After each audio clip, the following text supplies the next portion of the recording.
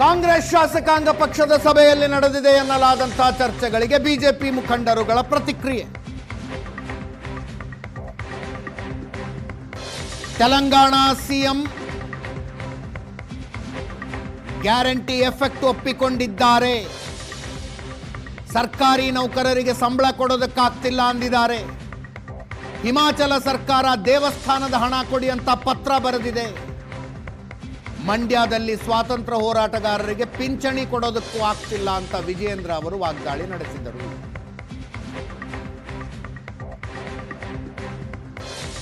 City Ravi ಅವರು ಜನರ ಪ್ರಶ್ನೆಗಳಿಗೆ ಶಾಸಕರ ಹತ್ರ ಉತ್ತರಗಳಿಲ್ಲ.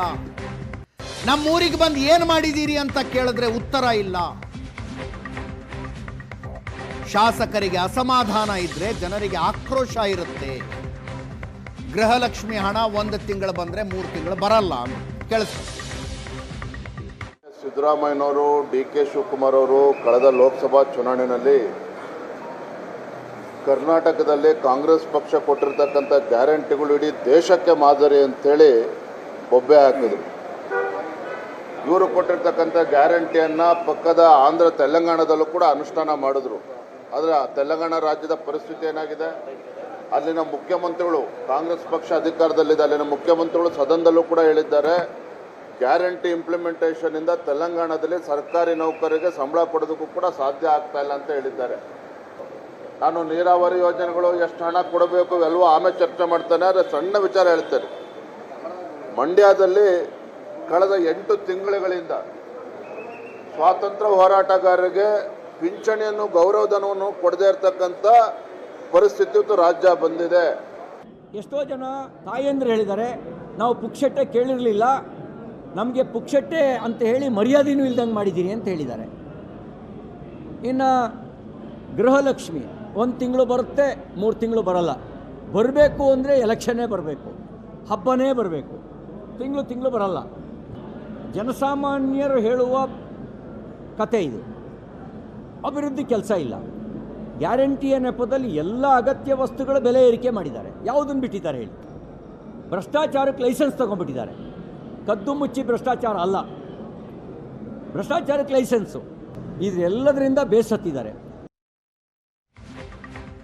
ಮತ್ತೊಮ್ಮೆ ನನ್ನ ಕೊಲೀಗ ಪ್ರಶಾಂತ್ ನಾಥ್ ಹಾಗೂ ಮಾರುತೇಶ್ ಇಬ್ರು ಕೂಡ ನೇರ ಸಂಪರ್ಕದಲ್ಲಿ ಜಾಯ್ನ್ ಆಗಿದ್ದಾರೆ. ಪ್ರಶಾಂತ್, ಸ್ವಪಕ್ಷದ ಶಾಸಕರದ್ದೇ ಆಕ್ರೋಶ. ಸರ್ಕಾರ ಈಗಲಾದರೂ ಒಂದು ಗ್ಯಾರಂಟಿ ಯೋಜನೆ ಫಲಾನುಭವಿಗಳ ಪಟ್ಟಿಯ ಪುನರ್ ಪರಿಶೀಲನೆಗೆ ಒಂದು ಧೈರ್ಯ ಮಾಡಬಹುದಾ? ಅದೇ ನನಗನ್ಸುತ್ತೆ, ನಾಯಕತ್ವದ ಬದಲಾವಣೆಯ ವಿಷಯ ಮುಂದೆ ಇದ್ದಾಗ ಸಿದ್ದರಾಮಯ್ಯನವರು ಅನಗತ್ಯವಾಗಿ ಹೋಗಿ ಈ ಪಟ್ಟಿಯನ್ನು ಬದಲಾವಣೆ ಈಗ ಮಾಡ್ತಾರೆ ಅಂತಕ್ಕಂಥದ್ದು ಅನ್ನಿಸ್ತಾ ಇಲ್ಲ. ಎಸ್. ಮತ್ತು ಸರ್ಕಾರಕ್ಕೆ ಈ ಹಂತದಲ್ಲಿ ಇದು ಸಾಧ್ಯವೂ ಇಲ್ಲ. ಇದು ಮುಂದೆ ಬಂದುಬಿಟ್ಟಿದ್ದಾರೆ. ಲೋಕಸಭಾ ಚುನಾವಣೆಯ ನಂತರ ತಕ್ಷಣಕ್ಕೆ ಸಾಧ್ಯ ಆಗೋದಾದರೆ ಆಗಬೇಕಿತ್ತು. ಆದರೆ ಇನ್ನೊಂದು ಕಡೆ ಶಾಸಕರ ಒತ್ತಡ ಇದೆ. ಬರೀ ಗ್ಯಾರಂಟಿಗಳು ವರ್ಕ್ ಆಗಲ್ಲ, ಗ್ಯಾರಂಟಿಗಳು ವರ್ಕ್ ಆಗಲ್ಲ ಅನ್ನೋದನ್ನು ಶಾಸಕರು ಹೇಳ್ತಾ ಇಲ್ಲ. ಬರೀ ಗ್ಯಾರಂಟಿಗಳು ವರ್ಕ್ ಆಗಲ್ಲ. ನಮ್ಮ ಮಾರುತೇಶ್ ರಿಪೋರ್ಟ್ ಮಾಡ್ದಂಗೆ ಸದಾಶಿವನಗರದ ಮನೆಗಳಿಗೂ ವಿದ್ಯುತ್ ಶಕ್ತಿ ಫ್ರೀ, ಸ್ಲಮ್ನ ಮನೆಗಳಿಗೂ ವಿದ್ಯುತ್ ಶಕ್ತಿ ಫ್ರೀ ಹೆಂಗೆ ಕೊಡಲಿಕ್ಕಾಗತ್ತೆ, ಎಷ್ಟು ದಿನ ಕೊಡಲಿಕ್ಕಾಗತ್ತೆ ಅನ್ನೋದನ್ನು ಯಾರೋ ಶಾಸಕರು ಪಿನ್ ಪಾಯಿಂಟ್ ಮಾಡಿ ಕೇಳಿದ್ದಾರೆ. ಅಂದರೆ ನಾವೇನು ಚರ್ಚೆ ಮಾಡ್ತಾ ಇದ್ವಿ, 1.5 ಕೋಟಿ 2 ಕೋಟಿ ಮನೆ ಇರುತ್ತೆ, ಆ ಮನೆಗೂ ನೀವು 1,500-2 ಸಾವಿರ ವಿದ್ಯುತ್ ಬಿಲ್ ಕಟ್ಟಲಿಕ್ಕೂ ಆಗಲ್ಲ ಅನ್ನುವ ರೀತಿಯಲ್ಲಿ ಅದನ್ನು ಮಾಡ್ತಾ ಇದ್ದೀರಿ ಅಂತಕ್ಕಂಥದ್ದು. ಹೀಗಾಗಿ ಸ್ವಾಭಾವಿಕವಾಗಿ ಸಹಜವಾಗಿ ಶಾಸಕರು ಈ ಪ್ರಶ್ನೆಯನ್ನು ಕೇಳಿದ್ದಾರೆ. ಬಟ್ ನನಗನ್ಸುತ್ತೆ at this point of time ನಾಯಕತ್ವ ಬದಲಾವಣೆಯ ಚರ್ಚೆ ಇದ್ದಾಗ ಸಿದ್ದರಾಮಯ್ಯನವರು ಆ ರಿಸ್ಕನ್ನು ಯಾಕೆ ತೆಗೆದುಕೊಳ್ತಾರೆ? ಆಬ್ವಿಯಸ್ಲಿ ಎಸ್, ನ್ಯಾಚುರಲಿ ತೆಗೆದುಕೊಳ್ಳಲ್ಲ. ಆಮೇಲೆ ಬಂದ ಡಿ.ಕೆ. ಶಿವಕುಮಾರ್ಗೂ ಈ ರಿಸ್ಕನ್ನು ತೆಗೆದುಕೊಳ್ಳೋಕ್ಕಾಗಲ್ಲ. ಹೌದು. ಯಾಕಂದರೆ ಡಿ.ಕೆ. ಶಿವಕುಮಾರ್ ಕೂಡ ಒತ್ತಡದಲ್ಲಿರ್ತಾರೆ. ನಾನು ಜನಪ್ರಿಯನಾಗಬೇಕಾದ್ರೆ ಅನ್ನಭಾಗ್ಯವನ್ನು ಕಂಟಿನ್ಯೂ ಮಾಡಬೇಕು, ಗೃಹಲಕ್ಷ್ಮಿ ಕಂಟಿನ್ಯೂ ಮಾಡಬೇಕು, ಗೃಹ ಜ್ಯೋತಿಯನ್ನು ಕಂಟಿನ್ಯೂ ಮಾಡಬೇಕು, ಶಕ್ತಿಯನ್ನು ಕಂಟಿನ್ಯೂ ಮಾಡಬೇಕು. ಒಂದು ವೇಳೆ ನಾನು ಅದನ್ನು ಕೆಳಗಿಳಿಸಿದರೆ ನಾನು ಅನ್ಪಾಪ್ಯುಲರ್ ಆಗ್ತೀನಿ ಅನ್ನೋದಿರುತ್ತೆ. ಬೈ ಚಾನ್ಸ್ ಅವ್ರು ಮುಖ್ಯಮಂತ್ರಿ ಆದರು ಅಂತ ಅನ್ಕೊಳ್ಳೋಣ. ಎಸ್. ಹಾಗಾಗಿ ನನಗನ್ಸುತ್ತೆ ನಿಯರ್ ಫ್ಯೂಚರ್ನಲ್ಲಿ ಕಾಂಗ್ರೆಸ್ ಸರ್ಕಾರ 2028ರವರೆಗೂ ಕೂಡ ಅನ್ಲೆಸ್ ತುಂಬ ಜಾಸ್ತಿ ಒತ್ತಡ ಬೊಕ್ಕಸದ ಮೇಲೆ ಬಿತ್ತು, ಭಾಳ ಸಮಸ್ಯೆ ಆಯಿತು ಅನ್ನೋದನ್ನು ಬಿಟ್ಟರೆ ಕಾಂಗ್ರೆಸ್ ಸರ್ಕಾರಕ್ಕೆ 2028ರವರೆಗೂ ಕೂಡ ಈ ನಿರ್ಣಯವನ್ನು ತೆಗೆದುಕೊಳ್ಳೋದು ಕಷ್ಟ ಅಂತ ಅನ್ಸುತ್ತೆ. ತುಂಬ ಮುಂದೆ ಬಂದು ಬಿಟ್ಟಿದ್ದಾರೆ. ಅದಿತ್ತು ಇನ್ನೂ ಒಂದು ಹೆಜ್ಜೆ ಮುಂದೆ ಹೋಗಿ ನನಗನ್ಸೋದು, ಯಾವ ಪಾರ್ಟಿಯ ಸರ್ಕಾರ ಬಂದರೂ ಕೂಡ ಕರ್ನಾಟಕದಲ್ಲಿ ತಕ್ಷಣಕ್ಕೆ ಈ ರೀತಿಯ ಗ್ಯಾರಂಟಿಗಳನ್ನು ಹಿಂತೆಗೆದುಕೊಳ್ಳೋದು ಕಷ್ಟ ಇದೆ. ಯಾಕಂದರೆ ಗೌರ್ಮೆಂಟ್ ನಡೆಸೋರಿಗೆ ರಾಜಕೀಯ ಪಕ್ಷಗಳಿಗೆ ಓಟ್ ಬೇಕು.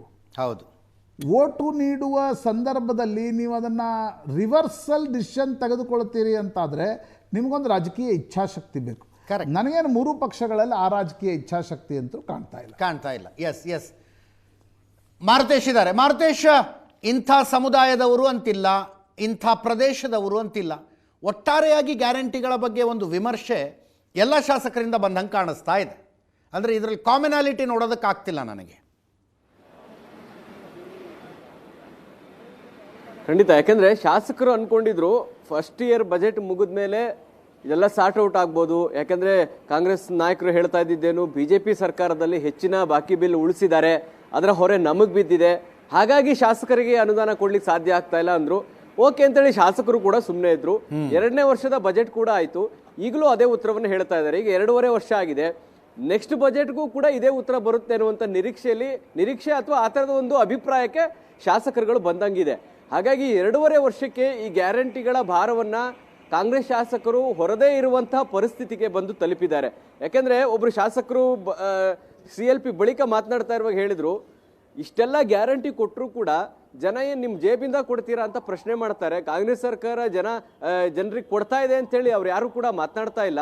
ಇವ್ರೇನ್ ಇವ್ರ ಜೇಬಿಂದ ಕೊಡ್ತಾರಾ ಅನ್ನುವಂತ ರೀತಿಯಲ್ಲಿ ಜನ ಮಾತನಾಡ್ತಾ ಇದ್ದಾರೆ. ಹೀಗಾಗಿ ಗ್ಯಾರಂಟಿಗಳ ವಿಚಾರವನ್ನ ಇಟ್ಕೊಂಡೇ ನಾವೇನು ತೀರ್ಮಾನ ಮಾಡಕ್ಕಾಗಲ್ಲ ಅಥವಾ ಮುಂದಿನ ಚುನಾವಣೆಗಳನ್ನು ಎದುರಿಸೋದಕ್ಕಾಗಲ್ಲ.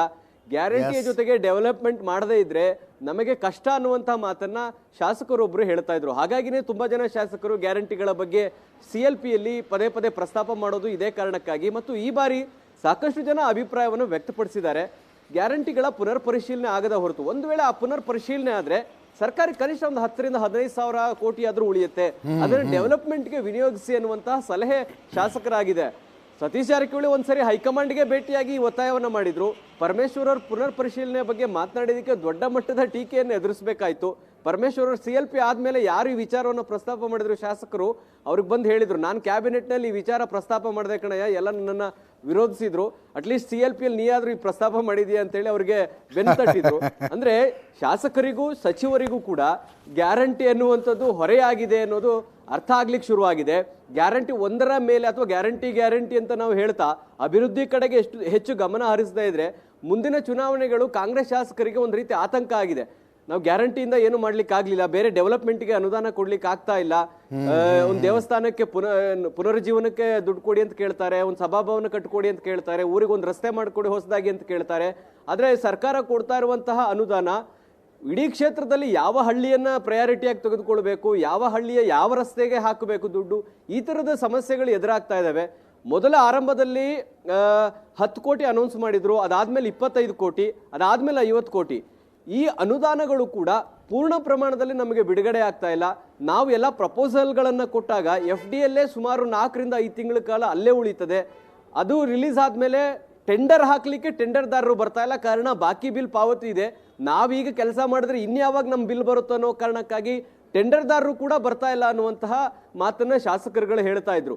ಹೀಗಾಗಿ ಗ್ಯಾರಂಟಿ ಹೊರೆ ಸರ್ಕಾರಕ್ಕೆ ಹೆಸರನ್ನ ತಂದು ಕೊಟ್ಟಿರಬಹುದು, ಅದು ಚುನಾವಣೆಗೆ ಲಾಭ ಆಗಲ್ಲ ಅನ್ನುವಂತಹ ಅರಿವು ಶಾಸಕರಿಗೆ ಬರ್ತಾ ಇದೆ.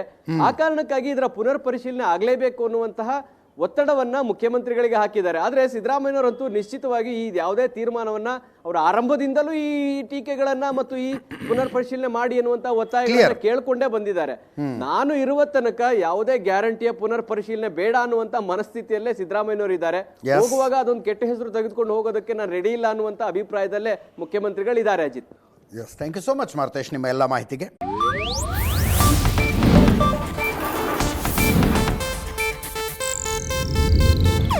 ಇದು ಏಷ್ಯಾನೆಟ್ ನ್ಯೂಸ್ ನೆಟ್ವರ್ಕ್ ಪ್ರಸ್ತುತಿ.